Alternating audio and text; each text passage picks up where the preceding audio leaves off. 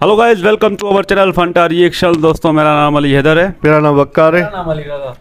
तो दोस्तों, आज हम देखेंगे unheard stories of sir Ratan Tata.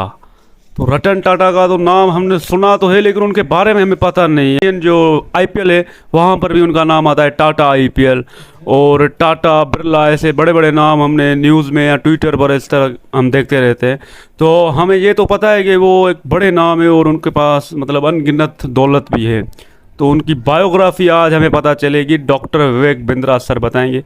तो इनकी तो वैसे ही बातें निराली होती है, समझाने का अंदाज, हर चीज़ में ये एक्सपर्ट है और हमें मतलब इनकी बात समझ में भी आती है। तो देखते हैं कि आज हमें इस मतलब वीडियो से क्या सीखने को मिलेगा। तो प्ले कर।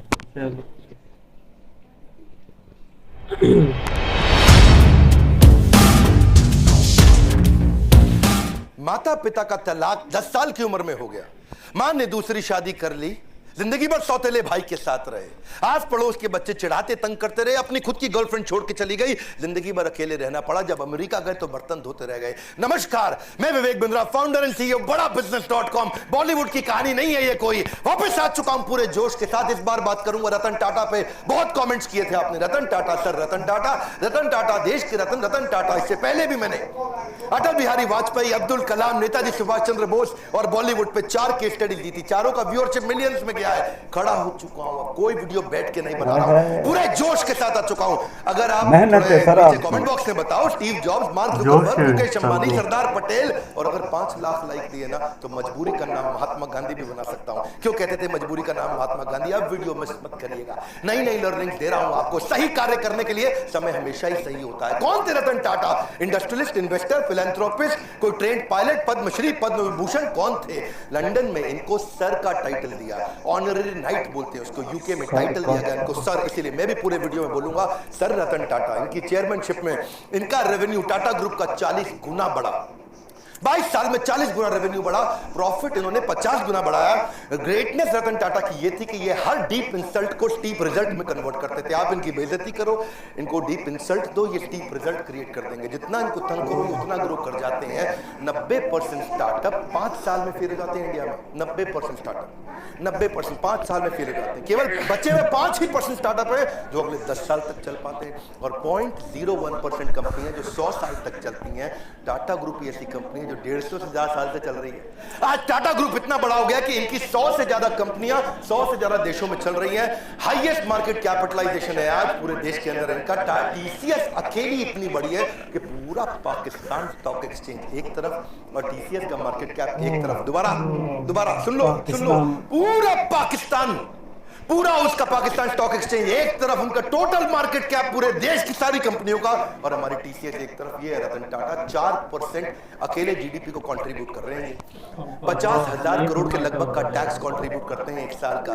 पूरा आसाम, हिमाचल प्रदेश, उड़ीसा, गोवा मिला के इतना टैक्स कलेक्ट नहीं करता जितना टाटा ग्रुप अकेले टैक्स देते हैं इंडिया को। उनके पास सुविधाओं में टाटा ग्रुप का बहुत बड़ा रोल है। 28 दिसंबर 1937 को पारसी श्री रतन टाटा, सर रतन टाटा आज 83 साल के हो चुके हैं। कॉर्नेल यूनिवर्सिटी यूएस में हार्वर्ड में पढ़े। पिता नवल टाटा, मासूनी टाटा। आपस में उनका डिवोर्स हो गया तो ये दादी नावजी भाई टाटा के साथ रहे। 1962 में अमेरिका से जब लौट के आए इंडिया में तो उनकी पहली नौकरी टाटा स्टील में लगी जमशेदपुर के अंदर। और उस समय सारे मजदूरों के साथ रहते थे, शॉप फ्लोर पे रहते थे, उनके साथ ही डॉर्मेट्री में सो जाया करते थे। खाना भी लाइन में लग के कैफेटेरिया में उनके साथ लंच किया करते थे। इन्होंने पूछा गाड़ी मिलेगी? उनको बोला क्या गाड़ी नहीं मिलेगी आपको, साइकिल पे आया करो अच्छा रहेगा। बोले साइकिल? अच्छा मैं समझ गया। तो एक पैदल ही आने लगे, साइकिल पे भी नहीं आए। अपनी लीडरशिप में इन्होंने टीसीएस, पब्लिक गए, टाटा मोटर्स को उन्होंने न्यूयॉर्क स्टॉक एक्सचेंज में लिस्ट किया ताकि इंटरनेशनल पावर और रिकॉग्निशन मिल सके। As a chairman of Tata group उन्होंने बहुत सारी foreign companies, Tetley, Daewoo commercial vehicle, Corus group steel के लिए, जैगुआर लैंड रोवर की कहानी तो आपको पता ही है। वो मैं बिल फोर्ड की कहानी की, टाटा और बिल फोर्ड की बेइज्जती की कहानी पहले कवर कर चुका हूं कि कैसे इनकी बिल फोर्ड ने बेइज्जती करी थी। जब ये अपनी कंपनी बेचने डेट्रॉइट गए तो उन्होंने कहा तुम पे एहसान कर रहा हूं। रतन टाटा ने अपनी कंपनी बेची नहीं। बाद में बिल फोर्ड इनके पास डेट्रॉइट से मुंबई आए, बोले आप हमारी कंपनी खरीद के एहसान कर रहे हैं। तब उन्होंने जैगुआर लैंड रोवर ली थी। 5 स्ट्रैटेजी पहले बिजनेस की लेता हूं, फिर बताऊंगा रतन टाटा ने शादी क्यों नहीं करी और इनके 10 अनसुने किस्से, वो कहानियां जो सुन के आप बहुत इंस्पायर्ड होंगे। पहले 5 स्ट्रैटेजी। पहली स्ट्रैटेजी ऑर्गेनिक ग्रोथ लेते हैं। ऑर्गेनिक मतलब जो अपने आप मिल सके, नई मार्केट, नई टेक्नोलॉजी, नया कस्टमर, नई मार्केट, नई टेक्नोलॉजी, नया कस्टमर, ढूंढते रहो, कौन सी नई मार्केट, कौन सी नई टेक्नोलॉजी, कौन सा नया कस्टमर। दूसरी इनऑर्गेनिक ग्रोथ, जो अपने आप होएगी, ठीक है, अब इनऑर्गेनिक ग्रोथ लेंगे, टेक ओवर करेंगे, एक्विजिशन करेंगे, दूसरी कंपनियां खरीदेंगे, छोटी कंपनियां खरीदेंगे, खुद को बड़ा करेंगे, जॉइंट वेंचर करेंगे, पार्टनरशिप करेंगे, स्ट्रैटेजिक अलायंस करेंगे। तीसरी स्ट्रैटेजी, जो धंधा अच्छा नहीं है उसमें से एग्जिट कर लो। Cosmetic, paint, oil, soap, pharma, cement, ये 6 कंपनियां इनकी चली नहीं, उनसे एग्जिट कर गए, बाहर निकल जाओ, कोई अटैचमेंट नहीं, धंधे को धंधे की तरह चलाना है। चौथी स्ट्रैटेजी, एंटर करो उसमें जो चलेगा, रिटेल, टेलीकॉम, बायोटेक्नोलॉजी और टेक्नोलॉजी इनका बहुत अच्छा चलता रहा, उसमें एंटर करके उसको बड़ा करते गए। और इनकी फाइनली 5वीं स्ट्रैटेजी क्या थी कि कोर बिजनेस को पकड़ के रखो, स्टील, मोटर, केमिकल और पावर, ये इनके कोर बिजनेस थे। अब लेते हैं 10 वो कहानियां। 10 में से पहली कहानी बहुत लोगों के मन में है, रतन टाटा जी ने शादी करी क्यों नहीं। एक बार आया था मौका, वो शादी के बहुत नजदीक पहुंच गए थे लॉस एंजलिस में, उनको वहां एक अमेरिकन देवी से बहुत प्रेम हो गया था।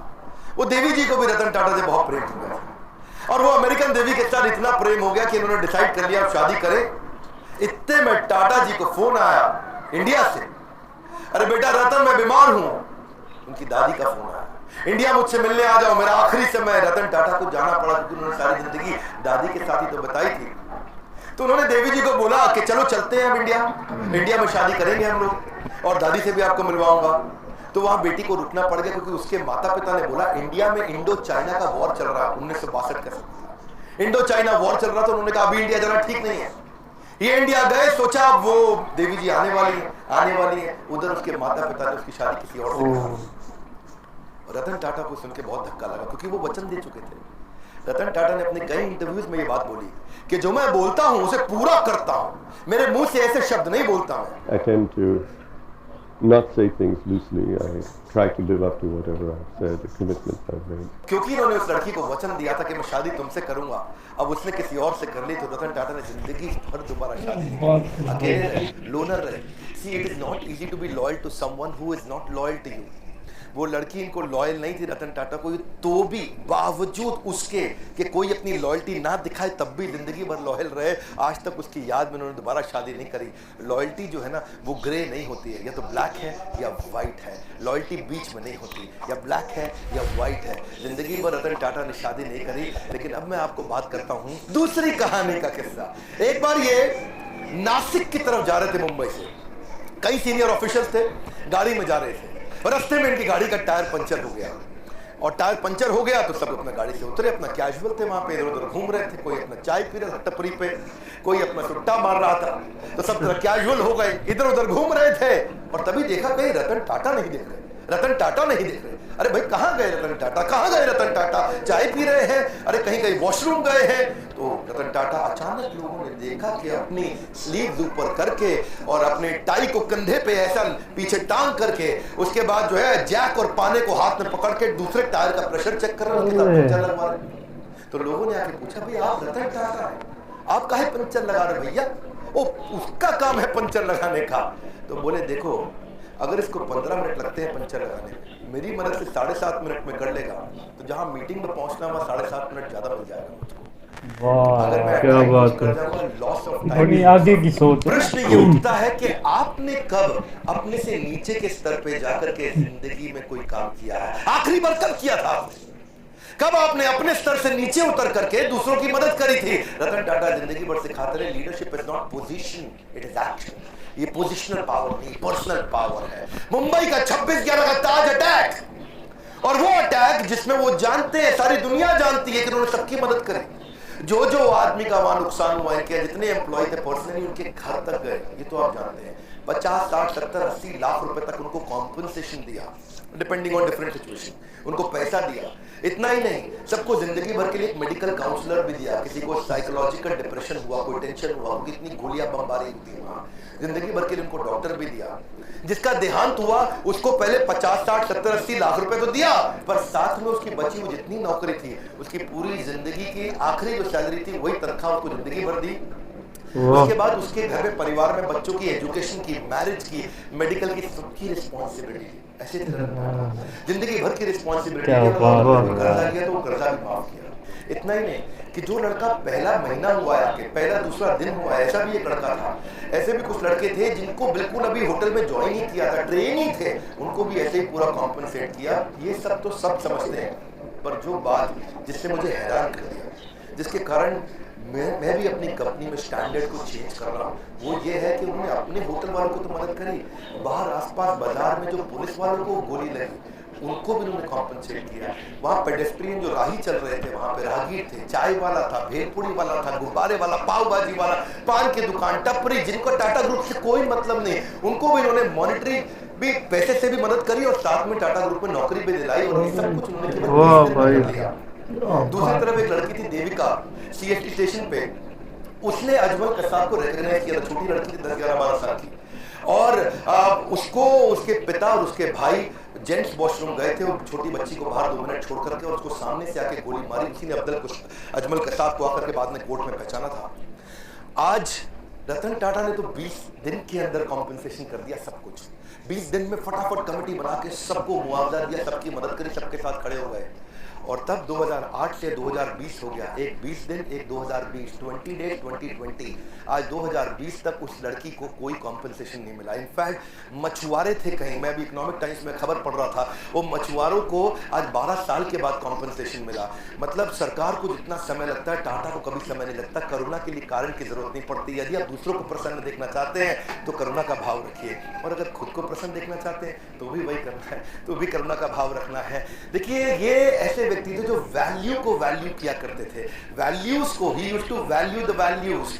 चौथी कहानी, हार्वर्ड के अंदर अब सब लोग सोचने लगे कि भाई हम क्राइसिस मैनेजमेंट सिखाते हैं, 26/11 में सबसे बड़ा क्राइसिस था, और तब वहां के प्रोफेसर ने सोचा कि भाई हम केस स्टडी सिखाते हैं क्राइसिस मैनेजमेंट। तो उन्होंने अपने 2 प्रोफेसर को भेजा कि जाके इंडिया में पता लगाओ कि रतन टाटा की ये कंपनी टाटा ग्रुप में जो होटल था, होटल के कर्मचारी इतने कमिटेड कैसे थे, कैसे अपनी जिंदगी को दांव पर डाल के दूसरों को बचाने में लगे थे। आपको तो पता है ना, वहां एक जनरल मैनेजर था, करमबीर सिंह, 1 साल पुराना जनरल मैनेजर था, और उसने क्या देखा, मतलब उसकी वाइफ और उसके बच्चे उसी होटल में रुके हुए थे, और उसको पता चला, खबर मिली कि उसकी वाइफ की डेथ हो गई है वहीं पर, जो नीति थी उसकी वाइफ, और उसका बेटा उदय और समर, एक की उम्र 14 साल, एक की 5 साल, वो होटल के अंदर है जनरल मैनेजर करमबीर सिंह, और ऊपर फ्लोर के अंदर एक स्वीट कमरे के अंदर उनके बच्चे और उसकी बीवी की डेथ हो गई। लेकिन वो रुका नहीं, क्योंकि आग लग गई थी वहां कमरे में, वो रुका नहीं। वो सुनने के बावजूद वो दूसरे गेस्ट को बचाने में लगा रहा। इतना ही नहीं, उनके अलावा यंग ट्रेनी थे बहुत सारे, वो भी गेस्ट को बचाने में लगे रहे,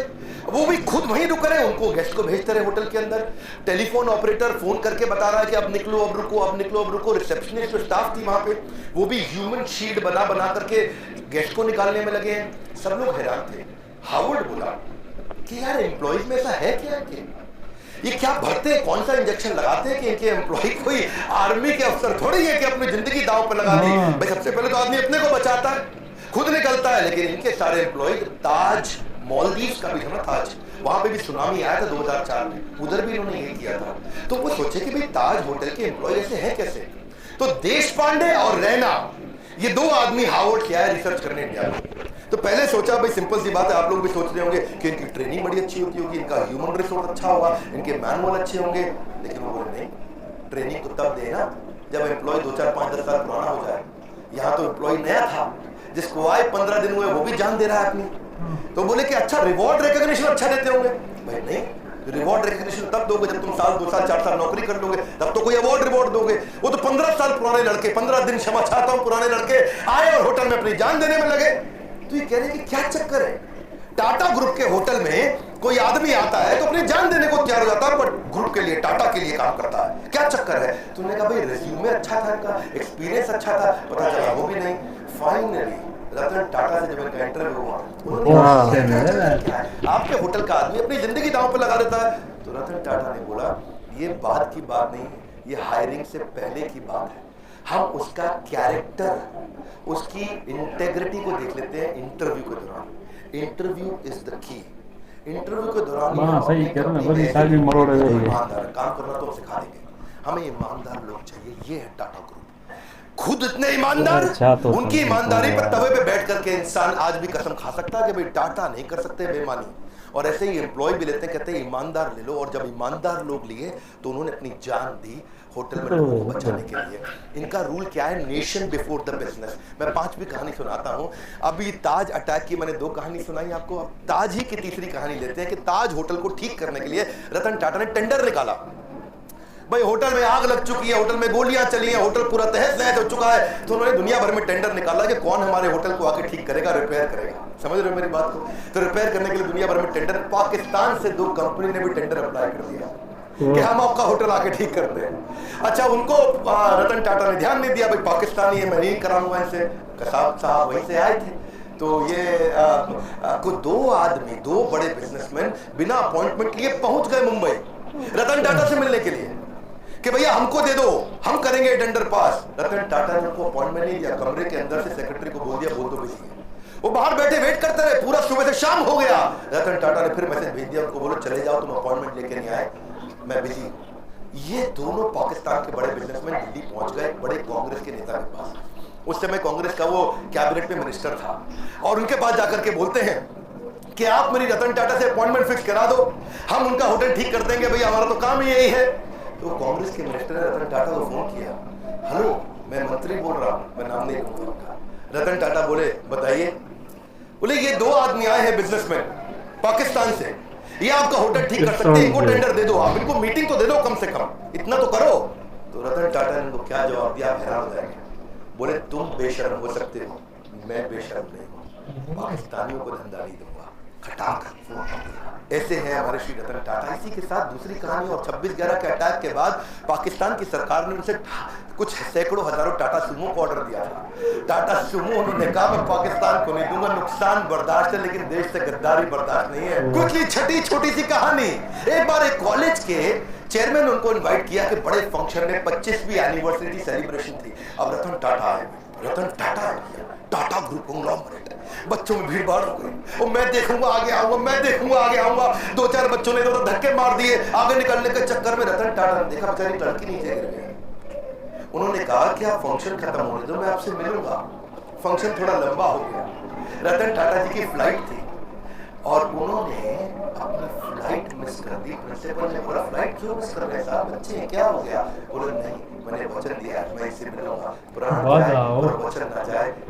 आपने पहले बॉलीवुड में बहुत सुनी होगी, लेकिन असलियत में रतन टाटा कहते हैं जो मैं मुझसे निकाल देता हूँ मैं करता हूँ पूरा। चलो आगे बढ़ते हैं। 7वीं कहानी, रतन टाटा एक पीपल्स पर्सन थे। आपको पता है जब जापानी कंपनी इंडिया में आती है और ऑटोमोबाइल कंपनी लगाती है तो बहुत स्ट्राइक होती है। सुजुकी, मारुति, उनके यहाँ भी बहुत स्ट्राइक हुई। होंडा के यहाँ या कोई भी जापानीज कंपनी होती है, क्योंकि मैनेजमेंट और लेबर यूनियन का आपस में झगड़ा चलता है। लेकिन एक दफा टाटा मोटर्स में भी हुआ, मैनेजमेंट और लेबर का झगड़ा हो गया। वहां पे लेबर ने उनको बोला, उनकी यूनियन ने बोला कि भाई हमको ना यहाँ पे एक बोनस चाहिए, आप बोनस नहीं दे रहे। वो इतना वायलेंट हो गया कि मजदूरों को भी चोट आई और मैनेजर्स को भी चोट आई, कुछ झगड़ा बहुत बढ़ गया। और लेबर यूनियन कह रही है बोनस तो चाहिए ही चाहिए, मैनेजमेंट तैयार नहीं कि बोनस देने के लिए। आप समझना, क्योंकि मैंने तो ऑटोमोबाइल कंपनी में बहुत काम किया है, मारुति ने मुझको हर साल बेस्ट ट्रेनर इन इंडिया का अवार्ड दिया है, तो मैं तो चाहता हूँ लॉन्ग टर्म सेटलमेंट होता है 4 साल का, जिसमें तय किया जाता है कितना बोनस दिया जाएगा। और मैनेजमेंट तय कर चुका था, पर रतन टाटा आए, उन्होंने आके कहा कि मैं लेबर से सबसे मिलता हूँ, और यूनियन से मिले। वहां उनके बीच में जाकर के जमीन पे बैठ गए और उनके साथ बैठ करके बोले कि आप ठीक कह रहे हैं, बोनस तो मिलना चाहिए, आपने खून पसीना बहाया है। तो जाके मैनेजमेंट को समझाने लगे रतन टाटा कि भाई इनको बोनस दो। अब मैनेजमेंट बोली सर हम ऑटोनोमस बॉडी है, हम डिसाइड करेंगे, हमारे हिसाब से बोनस नहीं देना चाहिए। रतन टाटा अड़ गए, बोनस दो, आपको देना चाहिए। मैनेजमेंट बोली आप जबरदस्ती करेंगे तो हम दे देंगे, लेकिन इनको देना बनता नहीं है। रतन टाटा बोले देखो मेरी रिक्वेस्ट है, इनको बोनस दो। अब वहां सारे मजदूर देख रहे हैं, पहली बार भी रतन टाटा खुद आए, आके मैनेजमेंट से लड़ रहे हैं। ऐसा साइकोलॉजिकल टर्न अराउंड हुआ कि उसके बाद खुद ही सारे की सारी लेबर यूनियन ने आकर के बोल दिया कि अब हमको बोनस नहीं चाहिए। रतन टाटा आकर के हमसे लड़े, इतना ही काफी है। Reward the failure. अपने टाटा के फेलियर से एक चीज सीखी कि क्या कि try frugally and fail fast. वो उन्होंने कल्चर ही बना दिया। तब रतन टाटा ने आके सबको सिखाया कि भाई ऐसा करते हैं, हम फेलियर को रिवॉर्ड करते हैं, छोटे छोटे फेलियर होने दो। उन्होंने एनुअल कॉन्टेस्ट ही लॉन्च कर दिया टाटा ग्रुप, फेल होने परिणाम कॉन्टेस्ट लॉन्च कर देते हैं। ये बड़ी बात है। जो सबसे बढ़िया फेल्ड आइडिया होगा उसको रिवॉर्ड दूंगा ताकि लोग तो करें। और जितना बढ़िया फेल्ड आइडिया होगा मैं उसको तो ताकि छोटे छोटा मेहनत करो, छोटी छोटी फ्रूगल, बहुत बड़े फेलियर मत करो, छोटे फेलियर जल्दी जल्दी करो, जल्दी जल्दी सीखो, it will spark your innovation. खुद इनाम देते हैं। Failure is a gold mine for the company. अब उन्होंने कई सारे फेलियर फिर देखे कि आने लगे, वो बहुत वैल्यूएबल थे। इन्होंने एक वहां पे स्टूडेंट्स ने छोटा आइडिया फेल किया, लेकिन बहुत अच्छा था कि छोटा ट्रक क्या 3 व्हीलर को रिप्लेस कर सकता है। ये इस पे भी टाटा ग्रुप ने ट्राई किया। ऐसा नहीं है कि टाटा की 100 से ज्यादा कंपनियां ऐसे ही बन गई, कई आइडियाज पे छोटे छोटे फेल करते हैं, लेकिन कम खर्चे में फेल करके सीख जाते हैं। एक इन्होंने चीप वाटर फिल्टर भी बनाया, उसका नाम रखा था द स्वच्छ। उसमें राइस हस्क होता है ना, चावल का भूसा, उसी से बनाने का प्रयास किया। एक प्रोटोटाइप भी बनाया $500 के अंदर। कितना? $500 में, यानी कि लगभग 30-40 हजार रुपए के अंदर क्या मकान को खरीदा जा सकता है दुकान से। किसी दुकान पे जाओ, मकान खरीद के ले आओ, क्या 40,000 मकान खरीदो तो डिसमेंटल करके मकान को जाकर के वापस फिट कर दें, ऐसा छोटा सा मकान बना सके, उस पर भी इन्होंने काम किया। $20 के अंदर कमर्शियल ट्रैवलर्स को क्या रास्ते के अंदर अकोमोडेशन दिया जा सकता है, जो ड्राइवर वगैरह बेचारे कमर्शियल ट्रैवलर होते हैं। From error to error one discovered the entire truth. यही था रतन टाटा का फिलॉसफी के छोटे छोटे छोटे फेलियर करो, सीखो, तभी कंपनी आगे बढ़ेगी और इनोवेशन आएगा। 9वीं कहानी फिलैंथ्रोपी, ये तो उनका नाम ही है, फिलैंथ्रोपी मतलब दान देना, सेवा करना है जी। रतन सेवक टाटा, शायद इनका नाम ऐसा ही होना चाहिए था, रतन फिलैंथ्रोपिस्ट टाटा। ऐसे फिलैंथ्रोपिस्ट जो आज भी 66% के आसपास अपनी कंपनी के प्रॉफिट्स को चैरिटेबल ट्रस्ट में देके दान दे देते हैं। हेल्थ के ऊपर, न्यूट्रिशन पे, एजुकेशन पे, वाटर के कंजर्वेशन पे, डिजिटल ट्रांसफॉर्मेशन पे, गरीबों को स्किल डेवलपमेंट के ऊपर, डिजास्टर रिलीफ में, चाहे वो कोरोना हो या उससे पहले का डिजास्टर हो, कहीं बाढ़ आई हो, या फिर स्पोर्ट्स को बढ़ाने में, या बच्चों को स्कॉलरशिप देने में। देखो कॉर्नेल यूनिवर्सिटी तक चले गए, वहां भी उनको बोला कि अगर इंडियन बच्चे आएंगे, काबिल हुए, तो उनको फाइनेंशियल एड दे दो। वहां जाके कॉर्नेल यूनिवर्सिटी को पैसा दिया है, वहां से कुछ पढ़ाया था। 100 करोड़ रुपए के आसपास उन्होंने आईटी बॉम्बे में दे दी कि Tata centre of technology design यहाँ बना दो। लेटेस्ट अभी उन्होंने 1,500 करोड़ रुपया कोविड में दान किया। इसको देखो, पहले तो लोगों को दान दिया करते थे, बाद में उन्होंने प्रोजेक्ट बनाने शुरू कर दिए। उन्होंने रिसर्च प्रोजेक्ट को फंड किया कि बीमारी ठीक करने की जगह कुछ ऐसा कर दो कि बीमारी हो ही नहीं है जी। जैसे अल्फ्रेड फोर्ड आए थे ना इंडिया में, उन्होंने आकर के इस्कॉन को मायापुर में दुनिया का सबसे बड़ा मंदिर बनाने के दान दिया। तो उनको पूछा ममता बनर्जी ने, भाई फोर्ड साहब यहाँ इतना दान मंदिर बनाने को क्यों दे रहे हो, एड्स के लिए दान दे देते। तो उन्होंने कहा मैं ऐसा दान दे रहा हूँ जिससे एड होए ही नहीं। टाटा क्या बोले, मैं बीमार होने पे बीमारी ठीक करने की जगह ऐसा दान देना चाहता हूँ जिससे बीमारी होनी बंद हो जाए। टाटा ग्रुप फिलैंथ्रोपी में इतना आगे है। 2011 का अपना पर्सनल किस्सा भी सुनाना चाहूंगा। मेरे गुरुदेव के आदेश पर उन्होंने कहा हम गरीब बच्चों को खाना खिलाना चाहते हैं, तो उन्होंने कहा कि आप टाटा ग्रुप से जाकर के मिलिए, बहुत दान देते हैं। तो तब अर्जुन मुंडा सांसद हुआ करते थे उन दिनों, ये मेरा पर्सनल किस्सा है, 2011 का बता रहा हूँ, जमशेदपुर से। और तब मैं उनको गया, उनके पास जाके उनको गीता के कुछ कथा सुनाई, उनको बताया यज्ञ दान तप कर्म, कि यज्ञ दान तपस्या कर्म ये सबको करना चाहिए, पावनानि मनीषी नाम। बहुत खुश हुआ अर्जुन मुंडा अचानक भगवत गीता पढ़ते पढ़ते 15 दिन में झारखंड की सरकार पलटी, मुख्यमंत्री बन गए। बहुत खुश हुए, बोले विवेक बिंद्रा जी आपने मुझको गीता दी और मैं मुख्यमंत्री बन गया, आइए चलिए मिलते हैं। शपथ समारोह पर उन्होंने बुलाया, बोला मैं क्या सेवा करिए, मुझको आप रतन टाटा जी से, जमशेदपुर में वहां नेरुरकर हुआ करते थे, हेमंत नेरुरकर मैनेजिंग डायरेक्टर, इनसे मिलवा दीजिए। मैं चाहता हूं गरीब बच्चों को जमशेदपुर में किचन बना दें और गरीब बच्चों को मिड डे मील के द्वारा उनको स्कूल में बुलाएं, खिलाएं। तो उन्होंने मेरी वहां मीटिंग कराई। तो मैंने जाकर के मिस्टर नेरुरकर को बताया कि हम क्या करेंगे, गाड़ियों पे आपकी टाटा एस, टाटा 407 उस पर लगा देंगे बड़ा बड़ा बोर्ड कि टाटा ग्रुप आज यहाँ गरीब बच्चों को खाना खिला रहा है, और मिड डे मील का कैंपेन चलाते हैं। स्कूल के अंदर बच्चों को दाल चावल रोटी सब्जी गरम गरम खिला देंगे, इससे बच्चे स्कूल आएंगे फ्री में खाना खाने के लिए। उनको आइडिया अच्छा लगा, उन्होंने 15 करोड़ रुपया डोनेशन भी दिया। ये पर्सनली मैं उन दिनों शायद उस समय 28-29 साल का रहा हूँगा, और ये मेरी लाइफ का एक बड़ा अचीवमेंट था कि मैं सेवा कर पाया। आज भी वो किचन चल रही है, 65,000 गरीब बच्चों को वहाँ खाना खिलाया जा रहा है। उसके ओपनिंग में मैं गया था, इनॉग्रेशन पे कुछ फोटोग्राफ्स मैं आपको शेयर करूंगा। तो वहाँ मुख्यमंत्री थे, ये मैनेजिंग डायरेक्टर थे टाटा ग्रुप के। वहाँ पे आज तक कोई भी व्यक्ति दान देकर कभी गरीब नहीं बना है। No one has ever become poor by giving. देखिए पक्षी के पीने से नदियों का पानी खत्म नहीं होता, उसी प्रकार धनी व्यक्ति के दान देने से उसका दान भी नहीं घटता है। और 10वीं कहानी विनम्रता से विश्वास। वैसे तो मन करता है सर रतन टाटा के बारे में बोलते चले जाऊं, घंटों की वीडियो बनाऊं, फैमिली ट्री पे बनाऊं, उनके सब वो परिवार शुरू से लेकर के अब तक 150 साल की हिस्ट्री बताऊं, उनके कॉर्पोरेट एक्सपीरियंस बताऊं, बिजनेस 100 से ज्यादा पहले चलाते थे उसके बारे में बात करूं, क्या क्या नहीं बात करूं, लेकिन मजा भी आ रहा है, बहुत कुछ पता चल रहा है। एक बार वो सेमिनार में गए और एक सेमिनार में वहां सेमिनार खत्म होने के बाद लोगों ने बोला भाई सर रतन टाटा के साथ फोटो खिंचाएं, तो सब लोग लाइन में खड़े हो गए, 3 रो बना ली उन्होंने, पहले लंबे वाले लड़के पीछे खड़े हो गए, फिर थोड़ी कम हाइट के और नीचे बाकी जमीन पे बैठ गए। अब सर रतन टाटा की कुर्सी लगाई थी, उन्होंने कुर्सी हटवा दी तो लोगों को लगा खड़े होंगे। अब रतन टाटा जी खड़े हुए तो उनकी हाइट लंबी है तो पीछे वाले छुप जाए, पीछे जाके खड़े हुए तो रतन टाटा खुद छुप जाए, तो वो आके खुद ही जमीन पे बैठ गए। 2 मिनट तक सन्नाटा हो गया, नीचे बैठे रतन टाटा बोला जल्दी फोटो खींच, तो ज्यादा देर नीचे नहीं बैठ सकता मैं। सर रतन टाटा है विनम्रता की मूर्ति, विनम्रता से विश्वास। जब श्री नारायण मूर्ति जो कि इन्फोसिस के फाउंडर हैं, जब उनको बोला गया कि आप लाइफ टाइम अचीवमेंट अवार्ड दीजिए रतन टाटा को, और वो जब लाइफ टाइम अचीवमेंट अवार्ड देने गए तो अवार्ड देते ही उन्होंने पहले उनके चरण स्पर्श किए, उनके पांव छुए। ये हमारे देश की सभ्यता है, और सभ्यता से ज्यादा ये स्वयं सर रतन टाटा है कि कॉम्पिटिटर भी आके पांव छूता है। अब दोबारा बता दूं, ये TCS चलाते हैं, वो इन्फोसिस चलाते हैं, आपस में कंपटीशन है, कॉम्पिटिटर भी जिसके पांव छुए वो है सर रतन टाटा। कोई भी गाड़ी दुनिया में चला सकते हैं, लैम्बोर्गिनी भी चला सकते हैं, लेकिन टाटा की सेडान गाड़ी चलाते हैं, इकोनॉमी क्लास में एयर एशिया के ट्रैवल करते हैं। ट्रस्ट इक्वल्स टू कल्ट, उनका कल्ट इतना ज्यादा है। एक बार क्या हुआ, सर रतन टाटा के 1 मिलियन फॉलोवर हो गए इंस्टाग्राम पे, तो वो इंस्टाग्राम पे आए, सबको धन्यवाद कर दिया कि भाई मेरे 1 मिलियन फॉलोवर हो गए, आप सबका बहुत बहुत धन्यवाद। तो वही एक लड़की ने नीचे कमेंट लिख दिया, कांग्रेचुलेशन छोटू। क्या छोटू? अब लोग बुरा मान गए, छोटू कह रही है, ये देख तो ले कौन रतन टाटा है वो छोटू बोल। उसने सोचा 1 मिलियन मतलब छोटू जैसा ही है, और लोगों ने इतना हेट स्पीच लिखा, इतना बुरा किया, ये देख तो ले, देख रतन टाटा है वो, देख देख। और वो बेचारे फिर रतन टाटा आ गए बीच में, और उन्होंने आकर के लिख दिया नीचे, वो लड़की को पहले बुरा भला तो बोला नहीं, लेकिन उल्टा आकर के लिख दिया लड़की से कि मैं आपसे माफी मांगता हूँ, आपके बारे में लोग इतना बुरा भला बोल रहे हैं। लोगों को बोला please treat this young lady with respect. लोगों ने बोला ओ देख ले, और देख ले, ये रतन टाटा, और गुस्सा खा गए लोग। रतन टाटा के मामले में लोग बिल्कुल नहीं सुनते हैं, और फिर बेचारी लड़की ने भी आकर के अपने कमेंट को डिलीट किया। ऐसे सर रतन टाटा ट्रस्ट का दूसरा नाम है।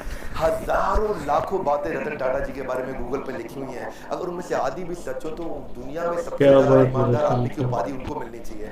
वैसे रतन टाटा जी ने जो इम्पैक्ट क्रिएट किया है वो तो शायद कोई भी ना कर सके, मैं तो कभी उसके तिनके का भी प्रयास ना कर सकूं, लेकिन बिजनेस में आपको सफल बनाने की जिम्मेदारी हमने जरूर ले ली है, ये तो पक्का कर लिया है, कुछ भी नहीं छोड़ा है, कुछ भी नहीं। इतना बढ़िया बढ़िया दुनिया के हर प्रॉब्लम का बिजनेस कंटेंट हमने हिंदी में बना दिया है, कुछ नहीं छोड़ा है। आज हमसे ज्यादा बिजनेस प्रोग्राम कोई भी किसी का।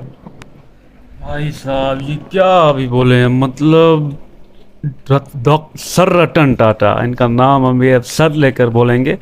लंदन ने जो उनको खिताब दिया है सर कहकर, तो बिल्कुल सही दिया है। ये मतलब इनके अचीवमेंट ये ऐसे हैं कि इनको सर तो बच्चा भी बोलेंगे भाई इन्होंने जो काम किए हैं, क्या बात है भाई। गरीबों की मदद करने वाले, बचपन से ही उनका मतलब इस तरह के ख्वाब, अपने माँ बाप से अलग हो गए, वो उनके तलाक हो गई, फिर भी वो अपने मकसद में कामयाब हो गए, और जो भी उन्होंने फोकस रखा हुआ था अपनी लाइफ में वो चलते गए। और जो आज डॉक्टर साहब ने में मतलब बताया भाई साहब, एकदम दिल पर बातें लग गई।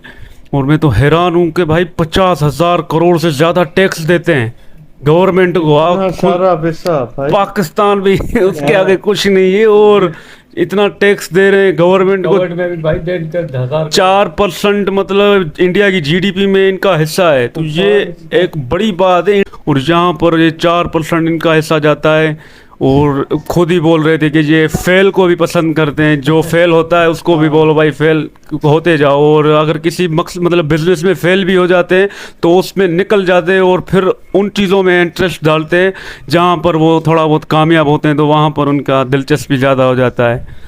तो भाई मज़ा आ गया आज सर रतन टाटा के बारे में जानकर, चाहे उनकी लव स्टोरी हो, वफादारी हो, उनका परिवार के साथ अटैचमेंट, और गरीबों के साथ, या फिर जो भी हमले हुए इंडिया में वो भी अफसोस की बात है, लेकिन हर एक के साथ इंसाफ किया। हालांकि उनका कोई मतलब ऐसा लेना देना नहीं था, वो गवर्नमेंट से भी नहीं था, वो उन्होंने खुद अपनी तरफ से हर किसी को, वो भी भाई इतनी मदद की कि वो घर बैठे ही खाता रहे, अपने बच्चों को भी खिलाए, क्या ही बोलूं भाई, मतलब जो आसपास की दुकानें हैं उनको भी दे दिया।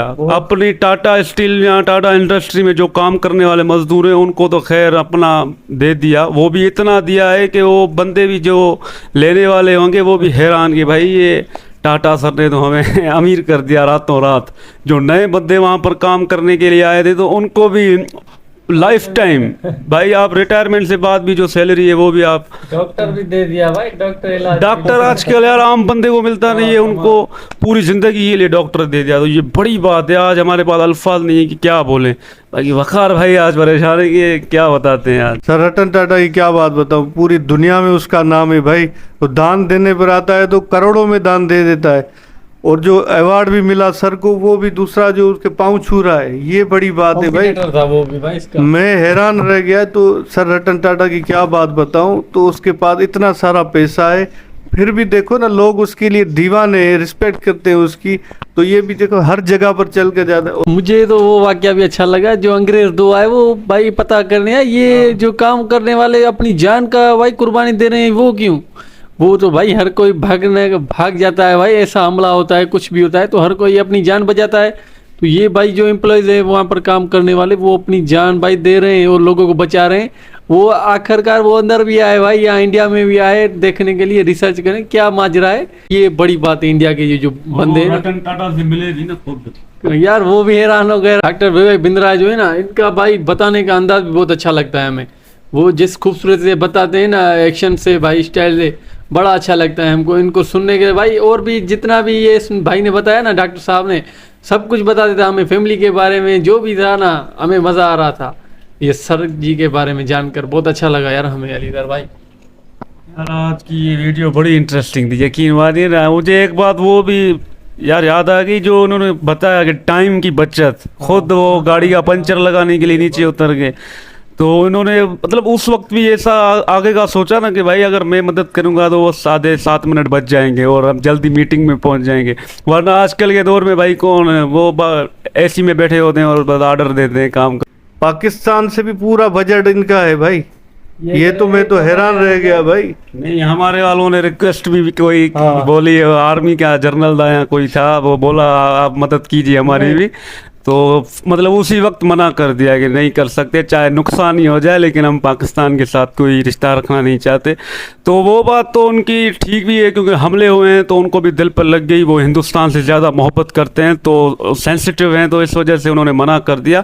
बाकी हमारे 2 बंदे मौलवी टाइप गए भी थे कि भाई कुछ कर लीजिए, लेकिन उन्होंने बोला कि पाकिस्तानी कसाब वहाँ से आया है तो नहीं कर सकते। तो ये हमें कुछ लोगों ने इस तरह बदनाम कर दिया है, लेकिन इस तरह पाकिस्तान है नहीं। बाकी बोलते हैं क्या करें। बाकी रतन टाटा सर जी को आज हमने सुना तो यकीन मानिए हमें मज़ा आ गया। इनकी पूरी लाइफ मतलब हमें बहुत सबक मिलता है किस तरह उन्होंने अपनी लाइफ को आगे तक पहुंचाया। दुनिया आज उनको जानती है और मुकेश अंबानी भी है, बहुत सारे अमीर तरीन इंडिया के हैं, लेकिन जब भी नाम रतन टाटा जी का आता है तो सारे लोग मतलब दिल से बोलते हैं कि यार ये रिस्पेक्टेड बंदे हैं, तो इनकी रिस्पेक्ट बनती है। और हमें बहुत अच्छा लगा, उम्मीद करते हैं आपको भी ये वीडियो अच्छा लगा होगा। तो प्लीज़ इसको लाइक शेयर और सब्सक्राइब करें।